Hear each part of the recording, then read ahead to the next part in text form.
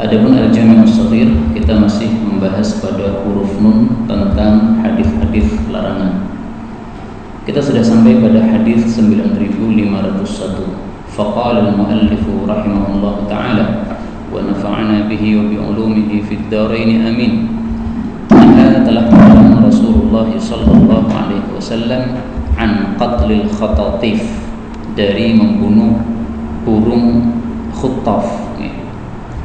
Ini adalah nama satu burung yang saya belum tahu bentuknya bagaimana. Burung ini oleh orang-orang Arab disebut Zuwarul Hindi, para penziarah India. Nah, mungkin banyak di India. Disebut juga Usfurul Jannah, burung-burung surga. Disebut begitu karena burung-burung ini tidak pernah merampas makanan-makanan manusia. Jadi misalnya kita mepe nasi, nggak akan dimakan oleh burung ini. Adapun derajat hadis ini didhaifkan oleh Asy-Syaikh Al-Albani karena derajatnya hadisnya mursal sehingga tidak bisa dijadikan hujjah. Maka burung khatatif ini saya belum tahu apakah ada hadis yang sahih tentangnya ataukah tidak.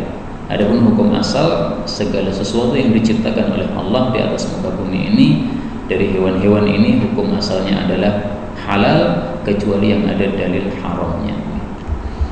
502. Nah, telah melarang Nabi SAW an qatli, dari membunuh kulli dhi ruhin, setiap yang memiliki roh, illa ayyudiya, kecuali kalau dia mengganggu. Hadis ini disahihkan oleh Asy-Syaikh Al-Albani selain kalimat terakhir, kata-kata illa ayyudiya, kecuali kalau dia mengganggu, ini yang didhaifkan. Adapun kalimat pertama itu sahih dari hadis-hadis yang lain. Maka kesimpulannya adalah setiap makhluk hidup yang bernyawa itu hukum asalnya kita tidak boleh membunuhnya. Lah bagaimana kalau madarat, misalnya semut menggigit kita? Nah, boleh untuk kita bunuh apabila dia madarat, bukan berdasarkan hadis ini karena hadis ini dhaif, tetapi berdasarkan hadis yang lain. Rasulullah sallallahu alaihi wasallam mengatakan la darara wa la dirara. Adapun hadis ini kan dhaif, sehingga tidak bisa dijadikan sebagai hujjah. Maka boleh kita membunuh semut apabila memang mengganggu, membunuh tawon apabila mengganggu dan sebagainya, lalat apabila mengganggu. Hari-hari ini kan banyak lalat nih, karena musim lalat. Nah, maka boleh kita bunuh karena mengganggu. 503. Nah, telah melarang Nabi SAW an qismati, dari pembagian ad-dirar yang bersifat memadarati. Hadis ini dhaif secara sanad tetapi sahih secara makna, karena memang madarat itu tidak boleh.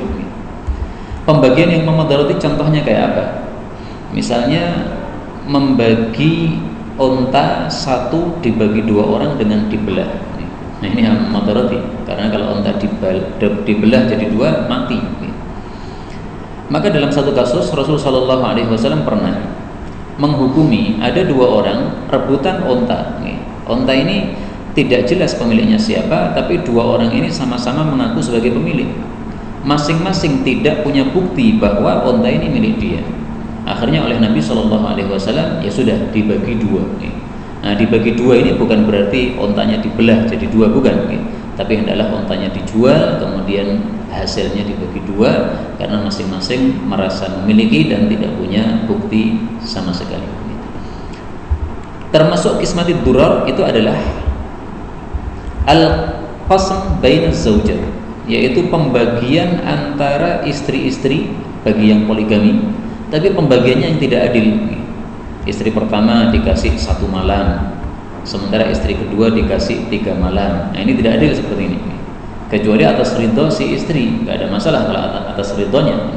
Jadi misalnya seseorang tidak mungkin membagi semua istrinya 1 malam, 1 malam, 1 malam, ya karena kesibukan atau karena tugas-tugas yang lain. Nah, boleh dia tidak nyamakan, tapi dengan kerelaan pemilik hak. Adapun tanpa kerelaan pemilik hak tidak boleh. 504.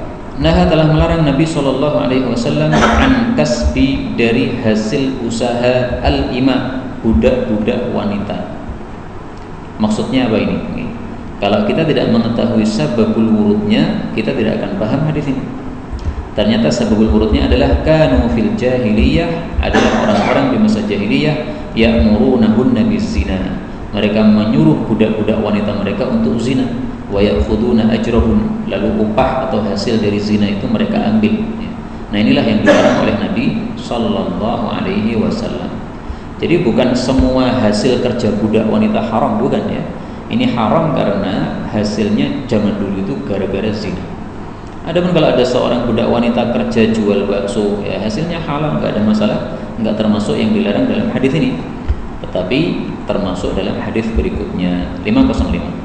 Nah, telah melarang Nabi Shallallahu Alaihi Wasallam an kasbil amati, dari hasilnya budak perempuan, hatta yu'lama, sampai diketahui min aina huwa, dari mana dia hasil tadi ya. Dari kerja apa? Dari zina berarti haram.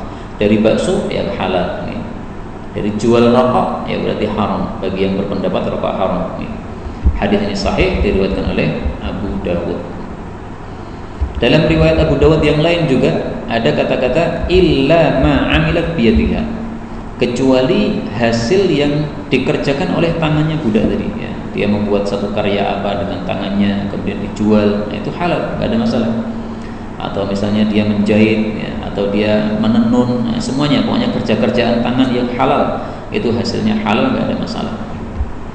Kemudian Bapak Ibu rahimani wa rahimakumullah, hadis ini kan kalau untuk kita kan nggak ada kaitannya ya, karena apa? Budak sudah nggak ada. Nah, supaya hadis ini berguna untuk kita gimana? Kita pakai untuk misalnya orang-orang yang kerja haram. Misalnya kita punya tetangga kerja di bank, dia mau ngasih hadiah kepada kita, ya berbuat bagus kepada kita, ngasih hadiah hari raya. Nah, maka kita bisa terapkan hadis ini. Kita tolak, nggak ada masalah. Saya tidak mau hadiah antum karena antum kerja di bank, ya, hasilnya riba haram, saya nggak mau. Hatta ya'lam min aina huwa, sampai saya tahu ini hasilnya dari mana ini. Kalau ini antum berikan dari bawa riba dari hasil kerja di bank, saya nggak mau.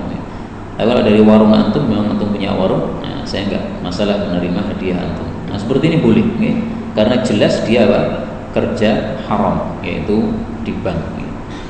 Tapi seandainya kita diam tidak bertanya, itu masih sah, masih halal hukumnya, ya. Karena tidak jelasnya, karena kita tahu dia kerjanya dua, ya. Satu dia buka warung, satu dia kerja di bank. Nah sehingga uang dia itu campur antara yang halal dengan yang haram. Maka dalam kondisi campur seperti ini, andaikan kita menerima tanpa bertanya, itu masih halal sebenarnya. Tapi apabila kita ingin wara', maka kita gunakan hadis ini, kemudian kita tolak pemberian dia, tidak ada masalah. 506. Nah, telah melarang Nabi SAW an kasbi, dari hasil kerja al-hajjam, tukang bekam. Hadis ini sahih riwayat Ibnu Majah. Dan hadis ini diperselisihkan oleh para ulama. Maksudnya apakah hasil kerja bekam itu halal atau haram? Menurut mayoritas para ulama, larangan di sini hanyalah makruh, sehingga tidak sampai kepada haram. Ya.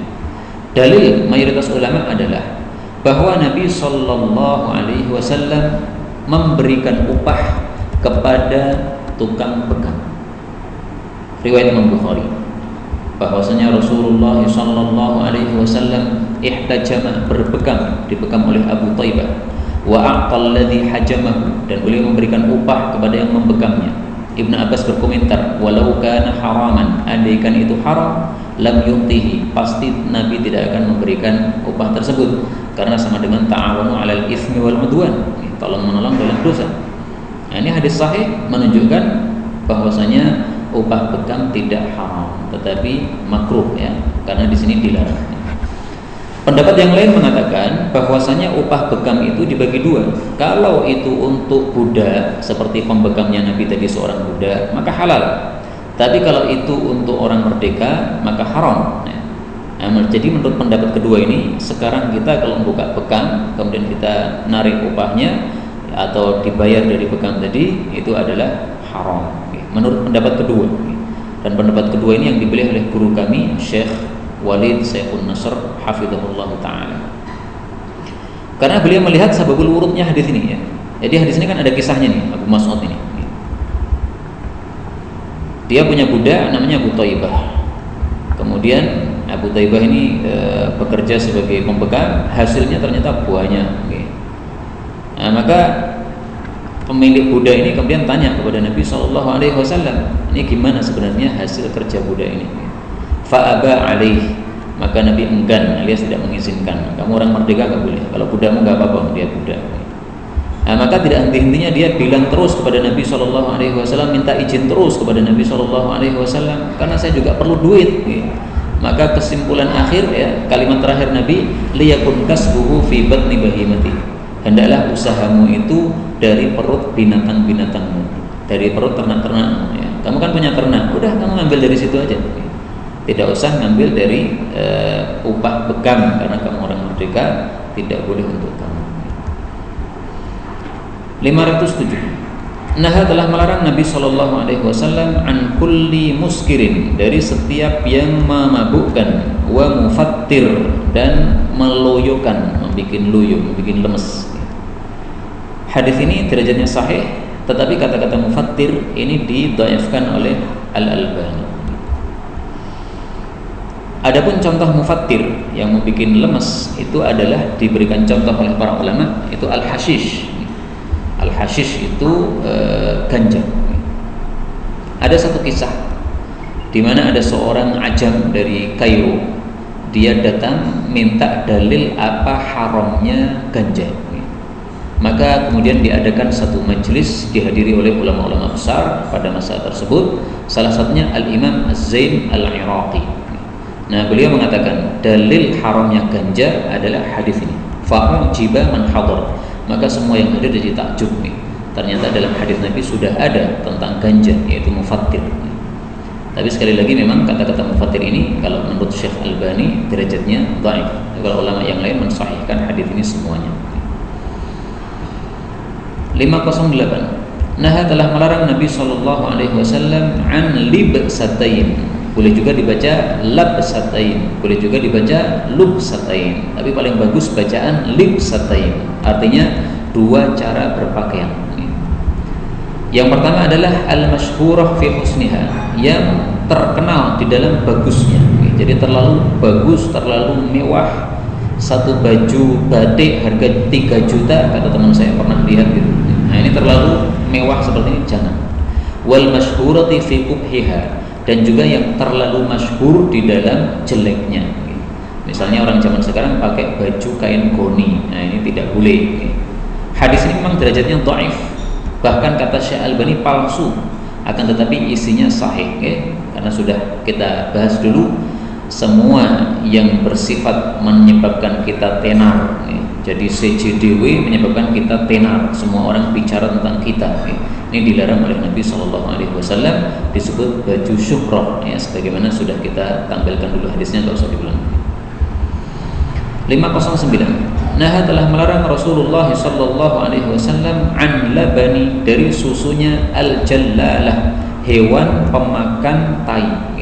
Kenapa? Karena susunya itu jadi berasa tai, atau susunya itu campuran dari hasil tai tadi. Karena itulah para ulama memfatwakan ini tidak hanya susu saja, telurnya juga sama. Jadi misalnya ada hewan pemakan tai, kemudian dia bertelur. Nah, telurnya ini kan juga salah satu sumbernya kan dari tai tadi. Nah, maka juga tidak diperbolehkan. Tapi larangan ini kalau dalam mazhab Syafi'i sifatnya makruh, tidak sampai kepada haram. Adapun mazhab yang lain, wallahu a'lam, saya belum mempelajari perselisihan pendapat di antara para ulama dalam hal ini. 510. Naha Nabi SAW melarang an luqatatil haji, dari luqatahnya orang haji. Artinya kalau ada luqatah dari orang-orang haji di Mekah, berarti kan ya, luqatah di Mekah, luqatah di Mekah yang kita tahu berarti ini milik orang haji, maka itu dilarang untuk dimiliki. Hanya boleh untuk diiklankan selama-lamanya. Jadi misalnya ada HP tercecer ketika musim haji, nah, udah jelas ini berarti miliknya para haji yang datang. Nah, maka tidak boleh dimiliki, hanya boleh untuk diiklankan, meskipun sampai 1000 tahun tidak boleh dimiliki. Adapun untuk selain luqatahnya orang haji, maka diperbolehkan untuk dimiliki setelah kita iklankan selama 1 tahun. 1 tahun nggak ada yang datang, maka kita miliki nggak apa-apa. Tapi dengan catatan kalau nanti suatu saat pemiliknya datang, harus tetap kita kembalikan. Karena itu kita harus siap-siap untuk mengembalikan. Ini anggaplah ini amanah. Nanti kalau pemiliknya datang harus kembali lagi. 511. Nah, telah melarang Nabi SAW an mahashi, dari dubur-dubur an-nisa, para istri. Maksudnya jima tidak boleh dimasukkan pada dubur. Hadis ini derajatnya sahih meskipun sanadnya dhaif karena dikuatkan oleh hadis-hadis semisal yang semakna. Bahkan mengumpuli istri dimasukkan dalam dubur ini satu dosa besar, karena adanya laknat dari Nabi SAW bagi yang melakukannya. Salah satu tanda dosa besar adalah apa? Kalau dilaknat. Kemudian ada sebagian orang menukil dari Imam Malik bahwasanya Imam Malik membolehkan. Itu salah, nggak benar. Imam Malik tidak membolehkan. Yang benar apa? Innama jawwazal wat'a minad dubur la fid dubur. Tiada lain Imam Malik itu membolehkan mengumpuli istri dari dubur alias dari belakang, la fid dubur, tetapi tidak dimasukkan di duburnya. Mengumpuli dari belakang tapi masuknya tetap pada kubul. Nah, kalau itu jelas boleh, sebagaimana tafsir Ibnu Abbas ketika Allah mengatakan fa'tuhunna min haitsu amarakumullah, datangilah istri terserah kamu. Terserah itu maksudnya gimana? Kata Ibnu Abbas, muqbilat boleh dari depan, mudbirat boleh dari belakang, mustalqiyat boleh telentang, boleh tengkurap, boleh jentit, terserah pokoknya yang kamu.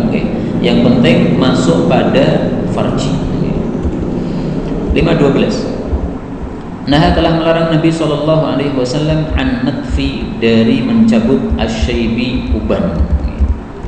Nah, larangan ini kalau dalam mazhab Syafi'i ini larangannya diperselisihkan. Kalau Imam Nawawi mazhabnya Syafi'i mengatakan haram, sementara ulama-ulama Syafi'iyah yang lain mengatakan makruh. Udahlah, untuk kita tidak usah makruh haram, yang penting dilarang oleh Nabi SAW jangan dilakukan. Karena sangat khawatir kita kalau kita melakukan hal ini padahal sudah dilarang oleh Nabi SAW, kita akan masuk dalam surat An-Nur ayat 63. Falyahdharil ladzina yukhalifuna an amrihi an tusibahum fitnatun aw yusibahum adzabun alim. Hendaklah waspada orang-orang yang menyelisih perintah-perintah Nabi, kalau mereka akan tertimpa fitnah yang besar atau mereka tertimpa siksaan yang menyakitkan. Ini sudah cukup bagi kita untuk meninggalkan larangan mencabut uban ini. Terus kalau ubannya banyak gimana? Nah, solusinya diubah dengan warna, boleh. Selain warna hitam maka tidak diperbolehkan. Kenapa Rasulullah melarang dari mencabut uban? Para ulama mengatakan karena uban itu adalah sinar bagi orang beriman. Nah, maka kalau kita menghilangkan sinar, ini seolah-olah kita membenci sinar dari Allah Subhanahu wa taala. Demikian juga karena mencabut uban itu menyerupai mewarnainya dengan hitam. Sebagaimana mewarnai dengan hitam tidak boleh, maka mencabut juga tidak boleh karena serupa dengannya. 513. Nah, telah melarang Nabi SAW an-nuqrati, dari patukan al-ghurab. Al-ghurab itu apa? Gagak. Maksudnya salat yang terlalu cepat, sebagaimana cepatnya gagak di dalam mematuk jagung atau makanannya. Washtirasis sabuh, dan menghamparkan seperti binatang buas. Maksudnya ketika sujud tangannya nempel ke tanah, menghampar seperti binatang buas. Wa ayyuwattinar rajul, dan bahwasanya seseorang itu menempati al-makan fil masjid, satu tempat di masjid, kama yuwattinul ba'ir, sebagaimana unta menempati satu tempat yang tidak mau pindah. Dari hadis ini kita ambil kesimpulan bahwa apapun yang menyerupai binatang-binatang, tingkah-tingkah binatang, dilarang untuk dilakukan di dalam sholat. Kalau mau kita kumpulkan, ternyata ada 6. Pertama, ada larangan turun kepada sujud menyerupai unta, yaitu kita mendahulukan lutut dulu, meskipun ini masalah khilafiyah. Ada larangan menoleh di dalam sholat, karena itu seperti serigala tolak-toleh. Ada larangan untuk menghamparkan tangan, hasta tempelkan pada tanah, karena itu seperti binatang buas. Ada larangan duduk iqa seperti sikapnya anjing, ya sudah kita bahas dulu duduk iqa, yaitu kedua betis tegak, kemudian pantat nempel di tanah. Kemudian tadi seperti gagah, terlalu cepat sholatnya. Kemudian mengangkat tangan ketika salam, ini seperti ekornya kuda. Ekornya kuda kan tolah-tolah gini. Nah, zaman dulu para sahabat kalau salam itu sambil ngangkat tangan, assalamualaikum, assalamualaikum. Nah, salam seperti ini nggak boleh, nggak usah tangannya, nggak usah gerak-gerak gitu. Tangannya diam aja. Nah, kalau tambah satu lagi ini tadi, ya, menempati satu tempat di masjid, orang gelem pindah-pindah, pokoknya aku kudu kono, nah itu nggak boleh seperti itu. Yang benar adalah masjid ini tempat umum, siapapun yang paling cepat datang maka dialah yang paling berhak. Kita tidak boleh masang sajadah di pojok selatan misalnya, ya tidak boleh orang berada di situ, nggak bisa. Ya, masjid ini bukan tempatmu, ini milik Allah Subhanahu wa taala. Hadis 514. Nah, telah melarang Nabi SAW ayyatabahan nas, bahwasanya para manusia itu berbangga-bangga fil masajid, di dalam masjid-masjid. Maksudnya dalam masalah masjid ini. Jadi bukan berbangga tentang duit di dalam masjid, bukan itu, ya. Tapi berbangga tentang masjid itu sendiri. Contoh berbangga tentang masjid, seseorang mengatakan masjidi ahsan, masjidku lebih baik daripada masjidmu, masjidku lebih ramai daripada masjidku, daripada masjidmu, jamaahnya lebih banyak. Ini termasuk berbangga-bangga, nggak boleh. Demikian juga termasuk berbangga-bangga adalah berbangga dalam membangunnya, kemudian lomba memakmurkannya, mana yang paling ramai, dengan niatan paling ramai itu aja, bukan dengan niatan untuk Allah Subhanahu wa taala. Nah, ini termasuk berbangga-bangga dalam masjid yang dilarang. 515. Nah, telah melarang Nabi SAW ayyashraba, bahwasanya seseorang minum ar-rajulu qa'iman, secara berdiri. Hadis ini menurut jumhur larangannya adalah makruh dan sudah kita bahas dulu. Adapun Nabi SAW minum dengan berdiri itu ditakwil oleh jumhur ulama, itu pasti ada sebab. Mungkin tidak ada tempat untuk duduk karena orang-orang lagi berdesak-desakan di air Zam-Zam waktu itu. Nabi kan minum berdiri itu kan. Atau mungkin Nabi supaya terlihat bahwasanya Nabi tidak puasa, maka beliau minumnya berdiri, semua orang bisa melihat. Atau mungkin tempat situ basah, nggak bisa diduduki. Atau mungkin Nabi ingin memberikan penjelasan, larangan saya dulu itu tidak haram. Nah, biasanya Nabi caranya memberikan penjelasan adalah dengan melakukannya sendiri. Beliau dulu melarang, tapi kemudian melakukan. Tujuannya apa? Supaya orang paham larangan dulu itu tidak haram, tapi hanya makruh. Maka sangat salah ulama yang mengatakan bahwasanya hadisnya sudah mansukh. Hadis bahwasanya dulu boleh makan berdiri sudah mansukh dengan larangan ini, enggak benar. Atau sebaliknya, ya larangan berdiri ini sudah mansukh dengan kebolehan, enggak benar. Karena masih bisa dikompromikan antara hadis-hadis yang bertentangan tersebut. 516. Nah, telah melarang Nabi SAW ayyata za'fara, bahwasanya memakai za'faran ar-rajul, seorang laki-laki. Za'faran itu adalah minyak wangi khusus para wanita. Warnanya tajam, bau nggak ada. Warnanya kuning misalnya. Nah, ini tidak cocok untuk laki-laki. Laki-laki pipinya kuning. Nah, itu nggak cocok. Itu untuk cewek. Maka dari hadis ini kita ambil pelajaran, apapun yang khusus untuk cewek tidak boleh dipakai oleh laki-laki. Baik za'farannya ini untuk baju, baik za'farannya ini untuk badan, sama aja. Karena ini khususiyah bagi para wanita, nggak boleh. Demikian juga warna-warna yang khusus untuk para wanita, misalnya pink, kalau itu khusus wanita nggak boleh dipakai oleh pria. 517. Nah, telah melarang Nabi SAW antusbara, bahwasanya ditahan al-bahaim, binatang-binatang ternak, yaitu ditahan untuk dijadikan sasaran panah, latihan panah yang dijadikan sasaran makhluk hidup. Nah, itu nggak boleh. Kenapa? Zalim. Kemudian kalau makhluk hidupnya tadi dimakan, boleh nggak? Tergantung. Kalau sempat disembelih dulu ya halal, tapi kalau sudah mati ya berarti haram. 518. Nah, telah melarang Nabi SAW ayyam syar rajul, bahwasanya seseorang berjalan bainal ba'irain, di antara dua unta, yaquduhuma, dia menggiring keduanya. Tetapi karena hadis ini derajatnya adalah dhaif, maka tidak bisa dijadikan hujjah. Nah, sehingga kalau menggiring dua unta sambil berjalan di tengah-tengah, ya nggak ada masalah kalau memang tidak madharat. Tapi kalau madharat menyebabkan diserentak oleh dua-duanya mati, ya jangan. Nah, wallahu a'lam, caranya yang paling bagus gimana saya nggak paham, nggak pernah punya unta. Adapun sebab larangan ini, konon dikatakan innahu yurithul faqr, perbuatan itu menyebabkan kamu jadi fakir. Nah, seperti ini perlu dicari hadisnya. Kalau hanya ungkapan orang aja, apa ya terbukti seperti itu menyebabkan fakir, nggak bisa dijadikan sebagai hujjah, hanya perkataan-perkataan manusia yang tanpa dasar seperti ini. 519, nah telah melarang Nabi SAW ayyusalla 'alal janais, bahwasanya dilakukan salat terhadap jenazah bainal kubur, di antara kuburan-kuburan. Hadis disahihkan oleh Al-Albani.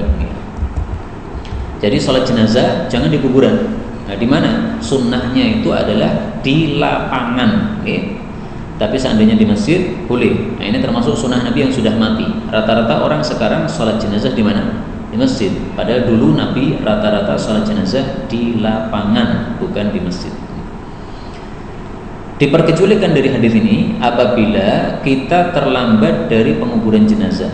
Penguburan sudah selesai, kita belum sempat menyolatkan. Nah, dikhususkan dalam kondisi seperti ini boleh kita untuk menyolatkan jenazah tersebut di kuburan. Karena apa? Rasulullah SAW pernah melakukannya. Kata kuncinya duluni ala qabriha. Rasulullah SAW diberitahu bahwasanya si wanita yang suka nyapu masjid itu sudah mati tadi malam. Maka Rasulullah menegur, afala kuntum adantumuni bi, kenapa kalian tidak memberitahu saya malam-malam tadi? Nah, Rasulullah dijawab oleh para sahabat, Anda sudah tidur, kami sangat tidak suka kalau mengganggu Anda. Maka beliau mengatakan duluni ala qabrihi. Kalau begitu saya tunjukkan di mana kuburan si wanita tadi atau si laki-laki, ya, karena diperselisihkan apakah itu yang mati laki-laki atau perempuan. Fa'ata qabraha, Nabi datang ke kuburannya, fa shalla 'alaiha, lalu Nabi salat jenazah terhadapnya. Nah, maka boleh dalam kondisi khusus seperti ini. 520, nah telah melarang Nabi SAW ayyanta'ila rajul, bahwasanya seseorang pakai sandal wa huwa qa'im, dalam kondisi berdiri. Hadis ini hasan derajatnya, ditulis sendiri derajatnya hasan. Ini termasuk hadis yang kita langgar. Ini apa, Pak? Biasanya jenengan pakai sandal berdiri apa duduk? Berdiri. Nah, tapi saya perlu jelaskan di sini. Larangan ini tujuannya adalah karena menggunakan sandal dengan duduk itu lebih mudah. Nah, karena sudah diketahui sebab larangannya, maka Al-Imam At-Tibi dan juga ulama-ulama yang lain mengatakan larangan ini khusus untuk sandal-sandal yang apabila dipakai dengan berdiri susah. Jadi sandal jepit itu enggak berlaku hadis ini. Jadi kita harus melihat bagaimana kondisi orang Arab zaman dulu. Ya, kenapa kok dilarang oleh Nabi sandal berdiri, bersandal berdiri? Karena sandal mereka ribet. Nah, perlu dimasukkan dengan tangan, kalau tidak pakai tangan susah. Sehingga disuruh untuk Nabi duduk dulu supaya apa? Mudah. Nah, maka hadis ini bisa diterapkan untuk sepatu yang banyak talinya dan sebagainya lah. Pokoknya yang susah kalau kita memakai dengan berdiri. Tapi memang saya harus jujur nih, guru kami Syekh Najib Bakir As-Sudani, seorang ulama hadis dari Sudan, beliau mengamalkan hadis ini sesuai zahirnya. Pokoknya sandal dia lingkup. Maka beliau biasanya duduk dulu sebelum pakai sandal apapun juga. Jadi kalau beliau diundang ke sini, nanti kalau mau keluar dari masjid itu pasti duduk dulu di pintu masjid itu. Ambil sandalnya, pasang satu-satu, baru berdiri lagi. Nah, maka dulu saya lihat beliau itu kalau keluar dari ruangan, itu orang-orang antri di belakangnya. Karena beliau duduk dulu sementara orang-orang nunggu beliau selesai memasang sandalnya. Ya nggak apa-apa kalau mau memahami hadis seperti itu, zahirnya nggak apa-apa. Tapi saya pribadi lebih cenderung pendapat yang mengatakan ini untuk sandal yang susah apabila dipakai dengan duduk, apabila dipakai dengan berdiri. Karena apa? Karena setiap hukum itu dalam Islam sebenarnya ada maqasidus syariatnya, ada tujuan syariatnya. Dilarang ini kenapa, diperintah itu kenapa, ada maqasid syariahnya. Nah, kita pahami maqasid syariahnya apa. 521. Nah, telah melarang Nabi sallallahu alaihi wasallam ayyubala, bahwasanya dikencingi fil ma'ir raqid, pada air yang menggenang. Hukumnya adalah haram apabila menyebabkan air itu najis. Hukumnya adalah makruh apabila tidak menyebabkan air itu najis. Kenapa makruh? Karena menyebabkan orang akan jijik. Jadi misalnya sungai, danau yang besar nih, tetapi tidak mengalir. Nah, kalau kita kencing di situ, sementara ada teman kita yang renang di situ, nah, dia akan jijik nih, nganyeli ya, lagi renang malah tak kencing. Meskipun kencingnya tidak akan mengubah air tersebut, tapi kan menyebabkan apa? Jijik. Nah, para ulama mengatakan tidak makruh apabila airnya sangat banyak, yastabhir. Ya, yastabhir itu airnya sebanyak laut, nih, banyak sekali seperti laut. Bihaitsu la yu'aful battah. Mengetahuinya sangat banyak gimana? Kalau orang itu tidak jijik sama sekali. Jadi kita kencing di situ tidak ada satupun orang jijik. Nah, itu enggak ada masalah, tidak makruh lagi. Maka hukumnya bisa 3. Bisa mubah, boleh tanpa makruh, bisa dilarang yaitu makruh, bisa dilarang yaitu haram. 522. Nah, telah melarang Nabi sallallahu alaihi wasallam ayyubala, bahwasanya dikencingi fil ma'il jari, pada air yang mengalir. Tapi karena hadis ini dhaif, tidak bisa dijadikan sebagai hujjah. Yang benar adalah apa? Boleh kencing pada air yang mengalir. Tapi secara fikih memang para ulama mengatakan kalau air yang mengalir itu sedikit, nah maka ini berlaku hukum larangan, sama dengan air yang apa? Yang menggenang tadi. Karena sedikitnya air tersebut meskipun mengalir menyebabkan kencing kita itu bisa mengubahnya. Karena itulah para ulama mengatakan al-karahatu fil qalili litanzih. Airnya kalau sedikit, maka larangan di sini larangan makruh. Bahkan Imam Nawawi membahas bahwasanya larangan ini bisa haram. Karena apa? Karena meskipun mengalir, tapi karena sedikitnya dia itu menyebabkan rusaknya air tadi. Nggak bisa digunakan untuk berwudu. Nah, merusak air seperti ini menyebabkan hukumnya bisa sampai kepada haram. Kemudian saya harus jujur juga bahwasanya hadis ini secara sanadnya diperselisihkan oleh para ulama. Ada yang mengatakan dhaif, tapi kalau Imam Mundhiri mengatakan sanadnya baik, ya, jayyid. Jayyid itu tingkatan lebih tinggi daripada hasan. Ada hadis hasan, ada hadis sahih, ada istilah jayyid. Nah, jayyid itu lebih tinggi daripada sekedar hasan saja. Wallahu a'lam, saya nggak tahu apa sanadnya, apakah jayyid ataukah dhaif, tapi diperselisihkan oleh para ulama. 523. Nah, telah melarang Nabi sallallahu alaihi wasallam ayyusamma, bahwasanya seseorang diberi nama kalb, anjing atau kuleb. Jadi jangan kasih nama anak kita dengan nama-nama hewan-hewan yang jelek kayak begini. Hadis ini memang derajatnya dhaif, tetapi maknanya sahih karena kita disuruh untuk memperbagus dalam segala hal. Innallaha katabal ihsana ala kulli syai'. Allah menyuruh kita berbuat baik dalam segala hal. Maka kalau kita punya anak lahir dikasih nama kalb, anjing, ini tidak berbuat baik. Hadisnya riwayat siapa? Ada yang apa? Udah sering kita tampilkan ini. Riwayat Imam Muslim ini. Innallaha katabal ihsana ala kulli syai'in. Allah mewajibkan berbuat baik dalam segala hal. Kalau membunuh, bunuhlah dengan cara yang baik. Menyembelih, sembelihlah dengan cara yang baik. Ini hadis riwayat Imam Muslim dari Shaddad bin Aus radhiyallahu anhu. Ini hadis-hadis seperti ini kita pelajari sambil kita hafalkan, ya. Siapa yang meriwayatkan, derajatnya apa, supaya lebih bermanfaat. Nah, di sini Rasulullah melarang dari memberi nama kalb. Jadi yang dilarang itu memberi nama. Bagaimana kalau ada orang sudah terlanjur terkenal namanya kalb? Jadi sebelum masuk Islam namanya kalb. Kemudian dia masuk Islam, ya mau mengubah nama ya susah, sudah terlanjur terkenal kalb. Nah, maka dalam kasus seperti ini kata Imam Ghazali, hadis ini atau larangan ini enggak berlaku. Karena larangan ini kan untuk memberi nama, bukan untuk memanggil. Adapun untuk memanggil, memang namanya dia kalb dan sudah terkenal dengan nama kalb, nah, maka enggak ada masalah.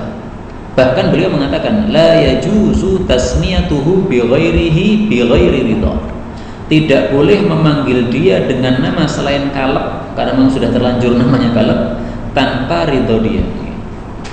Jadi misalnya namanya terlanjur Kaleb, kemudian setelah dia masuk Islam kita pengen supaya namanya lebih bagus, kita panggil misalnya dengan nama apa? Jago, ayam jago, ya ayam jago. Nah, daripada Kaleb kan elek, lebih baik kita ambil ayam jago karena ayam jago itu ada fadilahnya, membangunkan orang untuk sholat tahajud. Tapi dia marah-marah, aku orang ayam jago, aku ini anjing. Ya udah, dia terimanya anjing gitu, udah. Itu kata siapa? Imam Ghazali. Tapi hadis berikutnya 524. Nah, telah melarang Nabi SAW ayyusalli ar-rajul, bahwasanya seseorang salat fi lihafin, dalam satu selimut, la yatawashshahu bihi, yang dia tidak berkerubut dengannya. Nanti akan dijelaskan bagaimana maksud yatawashshah ini. Wa naha, dan telah melarang Nabi SAW ayyusalli ar-rajulu, bahwasanya seseorang salat fi sarawil, pakai celana-celana, wa laysa alaihi rida, sementara dia tidak memakai rida, selendang. Hadis ini derajatnya sahih. Maksud dari yatawashshah adalah kita mengambil ujung kain tersebut bagian kiri dari bawah tangan kiri kita atau bawah ketiak kiri kita, kemudian diletakkan pada pundak kanan. Kemudian kita ambil ujung bagian kanan dari kain tersebut dari bawah tangan kita, tangan kanan kita, kemudian disampirkan pada pundak kiri. Itu yang dimaksud yatawashshah. Jadi kalau memakai satu lihaf, satu selimut, satu kain maksudnya, caranya bagaimana? Harus dengan cara yang bagaimana supaya auratnya itu tidak mudah terlihat. Nah, caranya bagaimana? Disarankan dengan pakai tawasyuh ini, pakai tausyih ini. Caranya tadi. Nah, sehingga semua pundaknya ketutup dan rapat, sehingga apa? Tidak mudah terbuka auratnya. Kan gerakan salat itu kan ada ruku, ada sujud. Nah, banyaknya gerakan ini jangan sampai menyebabkan baju kita lepas terbuka aurat. Nah, maka caranya bagaimana? Tausyih. Nah, kalau untuk zaman sekarang insya Allah nggak perlu dilakukan seperti ini, karena baju-baju kita sudah baju-baju yang rapat semuanya. Adapun larangan memakai celana saja ketika salat itu adalah sebabnya, karena kalau hanya celana saja itu yasiful a'dha, itu anggota tubuhnya akan terlihat, akan terbentuk. Jadi misalnya pantatnya melentus-melentus, karena celanaan. Nah, sehingga maksud hadisnya adalah jangan sampai kita sholat pakai baju yang menyebabkan anggota tubuh kita itu terbentuk. Jadi mau pakai celana nggak apa-apa, tapi celananya tertutupi oleh baju kita bagian bokongnya. Sehingga ketika kita rukuk, ketika kita sujud, itu melentusnya bokong itu enggak tampak. Tapi kalau melentus tampak, sehingga orang yang sholat di belakang sambil batin, wah bokong mau gede men. Nah, ini yang dilarang oleh Nabi Sallallahu Alaihi Wasallam. Tolong diperhatikan ya, yang pakai sarung itu sudah aman. Tapi kalau yang pakai celana-celana, ya, karena celana itu kan membentuk, nah ini hendaklah diperhatikan, jangan sampai bokongnya terbentuk gara-gara dia rukuk, sujud dan sebagainya. Hadis terakhir 525, sebagaimana biasa kita baca 25 hadis. Nah, telah melarang Nabi SAW ayyaqmudar rajul, bahwasanya seseorang duduk bainal dhilli, di antara naungan, wasyamsi, dan sinar matahari. Hadis sahih, maksudnya jangan duduk separuh badan kita terkena naungan, separuh badan kita terkena sengat matahari. Kenapa dilarang? Karena ini zalim kepada separuh badan kita. Oh, ini badan ini kabeh milikmu. Separuhnya tok kei naungan, separuhnya tok kei panas. Zalim. Sama dengan kita punya anak, sebagian kita kasih, sebagian tidak, karena cinta kepada sebagian. Nah, ini zalim, seperti ini nggak boleh. Maka dari hadis ini para ulama mengambil kesimpulan betapa Islam ini sangat mencintai keadilan. Sampai kepada diri sendiri pun harus adil. Dan hadis seperti ini tidak hanya satu. Saya temukan hadis yang semisal. Khuffin wahid Hadis muttafaq alaih. Rasul mengatakan, la yamshi ahadukum fi na'lin wahidah. Seseorang kalau sandalnya putus, jangan berjalan pakai satu sandal. Jadi harus dilepas semuanya. Yang jebat satu, lepas semuanya. Jangan pakai satu sandal. Wala khufin wahid, jangan pakai satu sepatu. Lian alhuma jami'an, hendaklah pakai semuanya. Au yakhlaqhuma jami'an, atau lepas semuanya. Diperbaiki dulu, kemudian dipakai lagi dua-duanya. Nah, kalau nggak mau perbaiki ya udah lepas semuanya, buang semuanya, nanti beli baru.